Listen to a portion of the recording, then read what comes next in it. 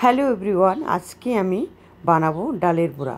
তো ডালের বড়া বানাতে আমার কি কি লাগবে সেটা আপনাদের সাথে শেয়ার করছি। তো দেখতে পাচ্ছেন পুঁইশাক পাতা, ধনিয়া পাতা আর ডালটা ধুয়ে ভালোভাবে ঝরিয়ে নিয়েছি। আর এখন আমি পাটায় বেটে নিলাম, আপনারা ইচ্ছা করলে ব্লেন্ডারে ব্লেন্ড করে নিতে পারেন। তো এখন দিয়ে দিচ্ছি হলুদের গুঁড়ো, আর দিয়ে দিলাম একটু কাঁচা জিরার গুঁড়ো, আর দিয়ে দিচ্ছি একটু ধনিয়া গুঁড়ো, আর দিয়ে দিব একটু ভাজা জিরার ফাঁকি। তারপর অ্যাড করে দিচ্ছি একটু পরিমাণ মতো লবণ। লবণটা পরিমাণ মতো দিতে হবে, পরে টেস্ট করে দেখতে হবে। আদা রসুনের বাটা, এখন দিয়ে দিচ্ছি আদা রসুন বাটা। আদা রসুনের বাটা। এখন দিয়ে দিচ্ছি পুঁইশাক পাতা, দিয়ে দিচ্ছি পুঁইশাক পাতা কুচি, আর দিয়ে দিচ্ছি পেঁয়াজ কুচি, পেঁয়াজ কুচি, আর দিয়ে দিচ্ছি ধনিয়া, এখন দিয়ে দিচ্ছি কাঁচামরিচের কুচি দেখতে পাচ্ছেন। আর এখন দিয়ে দিচ্ছি ধনিয়া পাতা, ধনিয়া পাতা কুচি। তো দেখতে পাচ্ছেন এখন সব কিছু দিয়ে দিলাম ডালের মধ্যে। দেখতে পাচ্ছেন উপকরণগুলো। এই তো ডাল। এখন আমি হাতে মাখিয়ে নিব। আর আমার দাদু দেখতেছেন অনেক কথা বলছে। এখন আমি সব উপকরণ দেওয়া হয়ে গেছে, ভালোভাবে হাত দিয়ে এখন আমি হাতে মাখিয়ে নিচ্ছি। তারপর বড়াটা ভাজবো। মাখানো হয়ে গেছে, এখন আমি ফ্রাই প্যানে তেল দিয়ে দিব। তো দেখতে পাচ্ছেন এখন ফ্রাই প্যানে তেল দিয়ে দিচ্ছি। তারপর একে একে তেলের মধ্যে বড়াগুলো অ্যাড করে দিচ্ছি, ডালের বড়া।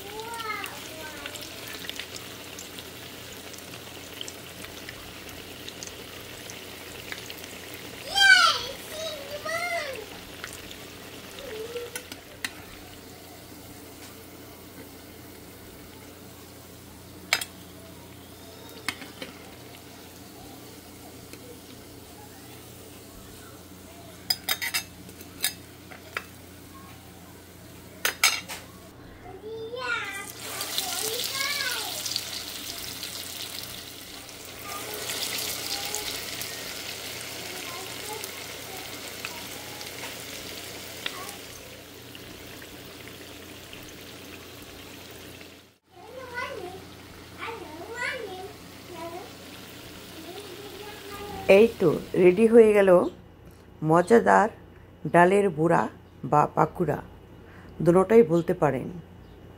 ওয়াও, সো ইয়ামি, মচমচে ভাজা ডালের বড়া, খেতে তো অনেক মজা। তো কেমন লাগলো আপনাদের কাছে আজকের ডালের বড়ার রেসিপিটা? অবশ্যই কমেন্ট করে জানাবেন। সবাই ভালো থাকবেন, সুস্থ থাকবেন। আবার দেখা হবে নেক্সট কোনো ভিডিও নিয়ে। এই পর্যন্ত সবাই ভালো থাকুন, সুস্থ থাকুন। Thank you.